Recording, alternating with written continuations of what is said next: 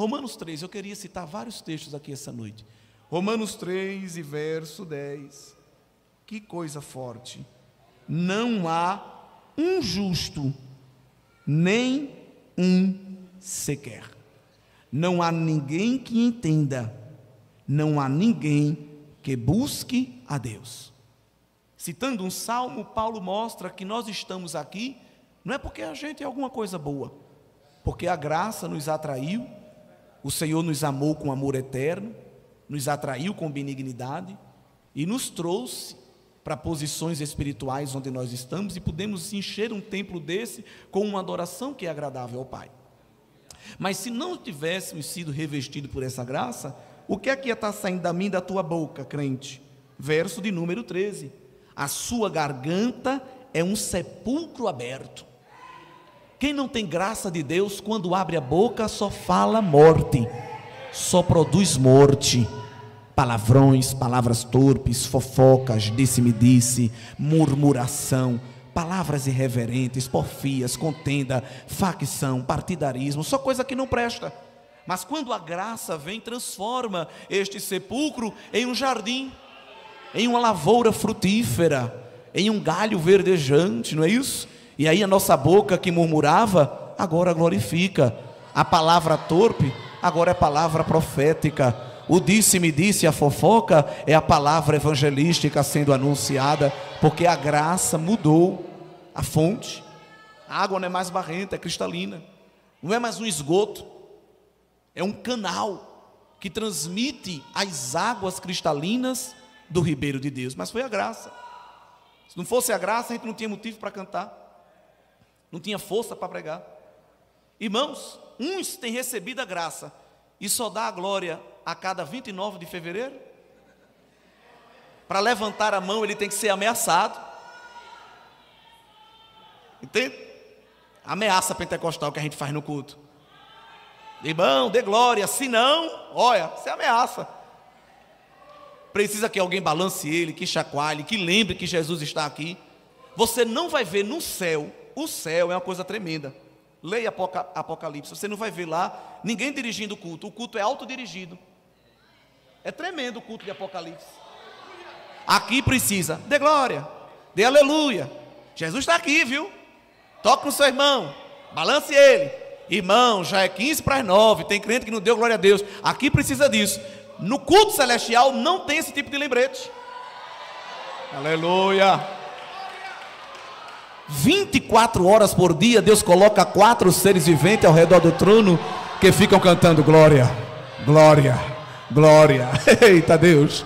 Aí crente que quando um dá glória ele bota um dedo assim no ouvido, se treme, vai viver levando susto, porque quando estiver no céu, anjo da glória, arcanjo da glória, serafim da glória, querubim da glória, 24 ancião da glória, 4 seres da glória e toda a multidão dos remidos de toda a tribo, raça, etnia, cor, língua, abre a boca e canta glória, aleluia, honra, salvação, domínio, força e ação de graça seja dada ao Cordeiro agora e para sempre, amém. Mas por que fazem isso? Por causa da graça, por causa da glória de Deus. A presença de Deus é que nos motiva a adorá-lo. Então, querido, se você está com dificuldade de adorar, falta graça. Se a tua boca só sai um hino depois de muita ameaça, falta graça. Mas a fonte da graça está aberta, mergulha nela. Mergulha nela para sair cantarolando hinos a Deus no meio da rua. E alguém dizer, isso é um doido. Não, eu sou uma fonte aberta, é diferente. Glória! Eita Deus! Tem crente que tem vergonha de orar na rua, tem vergonha de orar no refeitório da empresa, e dizem assim, não irmão, tem que ser sabedoria para não escandalizar. O que escandaliza o mundo é pecado. O pecado escandaliza o mundo. Mas buscar a presença de Deus não. Enquanto tu ora, alguém está sendo tocado. Enquanto tu prega, alguém está sendo impactado. Enquanto tu arvora a bandeira do evangelho, cadeias são quebradas, porque há uma fonte a jorrar, há rios que brotam do teu interior. Louvado seja Deus. Mas é graça, é a graça. A graça de Deus nos transformou para fazermos isso. Não há nenhum justo. Ninguém consegue atender a este altíssimo padrão da santidade de Deus. E tem um grupo na Bíblia, um dos grupos mais equivocados da Bíblia, que pensava que alcançava este alto padrão, que satisfazia essas elevadas demandas da santidade de Deus. E esse grupo foi frequentemente denunciado por Cristo. Quem era esse grupo, irmãos? Os fariseus. Veja o que Jesus disse em Mateus 5. Mateus 5, eu disse aos irmãos que o tema essa noite é doutrinário. Suporta aí o corte da faca do Espírito. Mateus 5:20, olha o que Jesus diz. Porque vos digo que se a vossa justiça não exceder a dos escribas e fariseus, de modo nenhum entrareis no reino dos... Jesus humilha os fariseus, porque os fariseus achavam que seguiam um alto nível de justiça. Jesus disse para os discípulos: a justiça que eu espero de vós para entrar no reino ainda é maior do que a deles, ou seja, a deles não é nada. Porque a justiça deles estava baseada em um padrão de religiosidade. Eles acreditavam que ao cumprir os 613 mandamentos da Torá e mais a tradição do Talmud, eles seriam aptos a entrar no reino. E Jesus, irmão, quando é para elevar a estima de alguém, ele eleva, mas também quando é para abaixar, ele derruba até o subsolo. Porque para esses religiosos que achavam que eram justos, ele disse: as prostitutas e os publicanos, ou seja, os ladrões de colarinho branco, vão entrar primeiro do que vocês no reino dos céus. Foi um escândalo para eles, um escândalo terrível. Eles não suportavam isso, porque eles pensavam que atingiam esse alto padrão moral. E Jesus vai denunciar também contando uma historinha que a gente chama de parábola. Veja aí Lucas 18, essa daqui é tremenda. Jesus falando sobre oração. Ele vai escolher dois personagens. Lucas 18, verso 10, 2 homens subiram a templo a orar, um fariseu e outro publicano. 2 grupos diametralmente opostos. Jesus diz que o fariseu orava em pé e dizia assim: ó Deus, graças te dou porque não sou como os demais homens, roubadores, injustos e adúlteros, nem ainda como este publicano. O fariseu se colocava numa posição de superioridade que acima dele só Deus. E olhe lá, alguns estudiosos dizem que esses fariseus oravam no pátio do templo, em voz alta, cabeça erguida e mão para cima, para quem passasse dissesse: olha, está orando, homem de Deus, homem de oração. Por outro lado, o publicano chegou, e aí o publicano ora também em pé, mas o verso 13 diz: de longe. Alguns pensam que se escondia até atrás das colunas para não ser visto. Enquanto o fariseu levantava a mão para o céu e fazia a sua oração dizendo: eu sou um homem justo mais do que todos estes, o publicano abaixava a cabeça, não se achando digno nem de olhar para o céu, e fazia uma oração muito curta, batendo no peito: ó Deus, tem misericórdia de mim, sou homem pecador. O fariseu apresentava o relatório: Deus, jejuo 2 vezes por semana, tenho todas as camisas do DEJAD, tenho todas as lições da EBD desde que era preto e branco, pode chamar o tesoureiro, meu dízimo está lá todo mês, pastor nunca pediu minha credencial para me disciplinar, estava no lançamento da pedra fundamental deste tempo. Aliás, o evangelho só é evangelho no Rio Grande do Norte, graças a mim, pai. Tem crente assim dentro da igreja? Tem. Quem é fariseu? Um grande teólogo deu uma definição que eu gosto. O fariseu é aquela pessoa que faz a coisa certa com a intenção errada. Isso é o fariseu. Você vai cantar hoje lá? Vou, minha filha, porque se eu não cantar, tu sabe, né?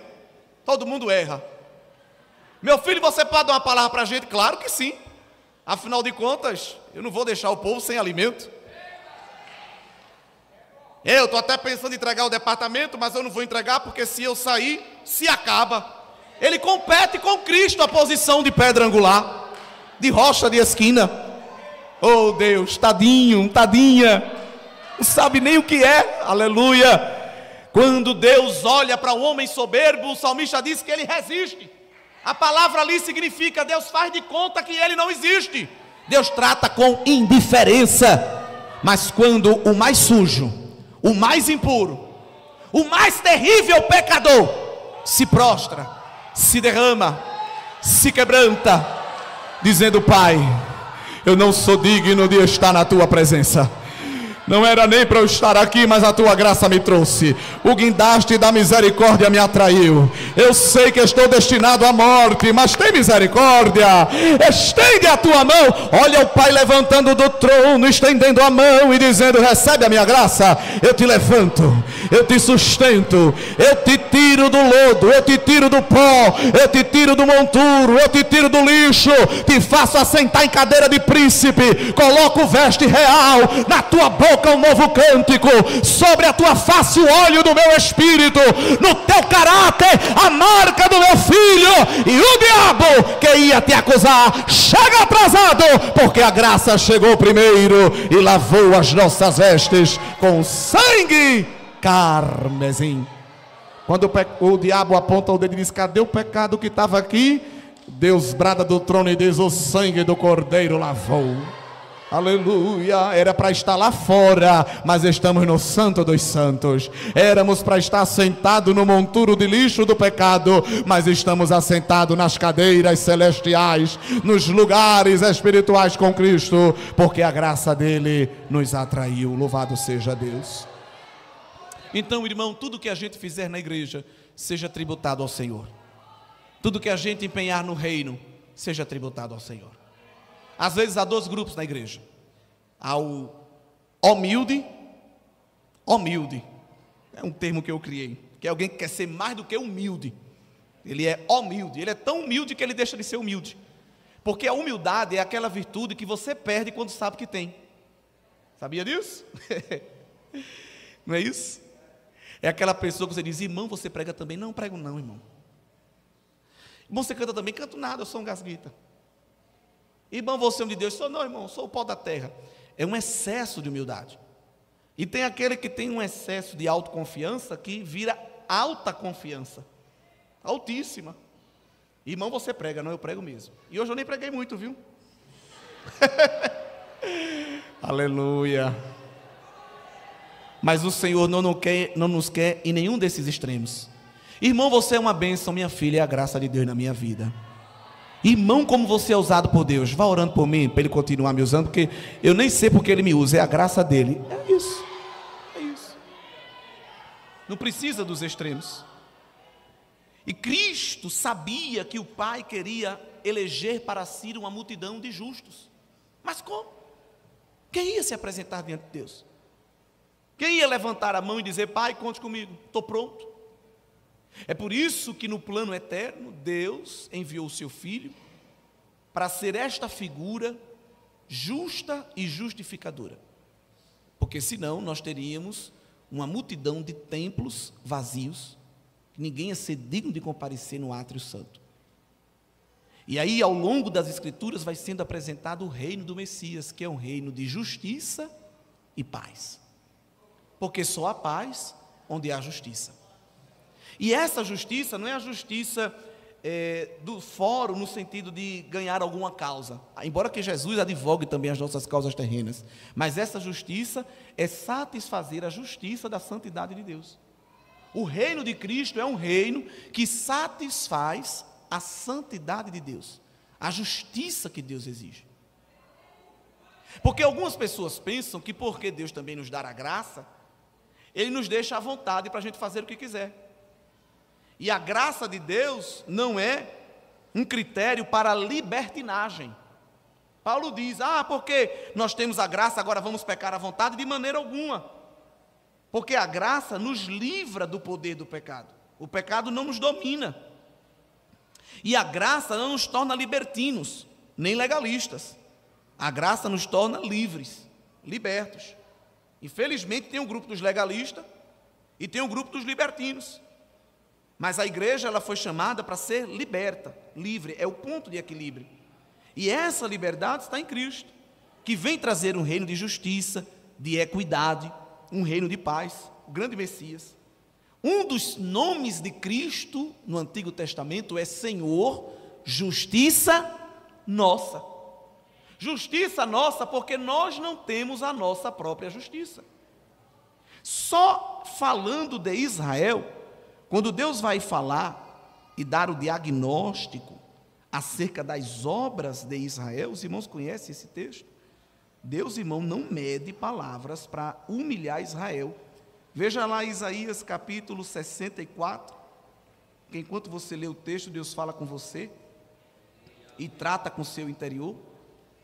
Israel achava que era alguma coisa, e lá em Isaías 64, verso 6, o Senhor diz: mas todos nós somos como imundo, usando o profeta Isaías, e todas as nossas justiças como trapo da imundícia, e todos nós caímos como a folha, e as nossas culpas como um vento nos arrebatam.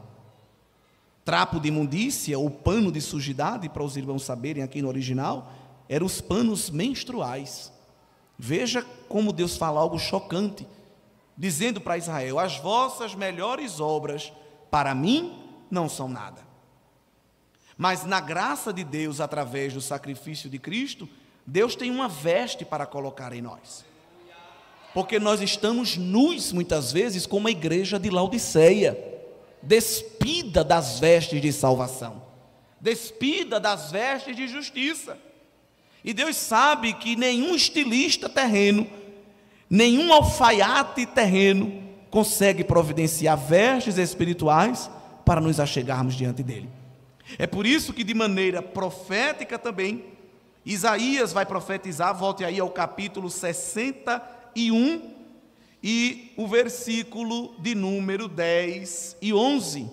Regozijar-me-ei muito no Senhor, a minha alma se alegra no meu Deus, porque me vestiu de vestes de salvação.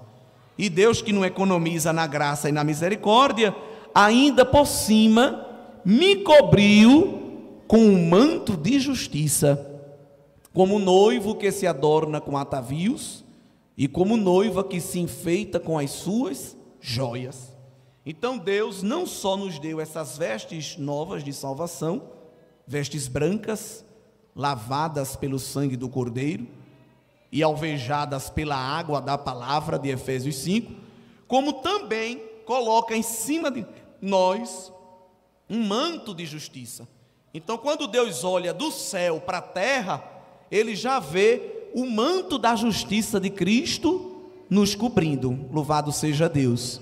Então, toda sentença é anulada. Por isso que Cristo tem o sangue precioso que é derramado na tampa do propiciatório. Isso é tremendo, não é?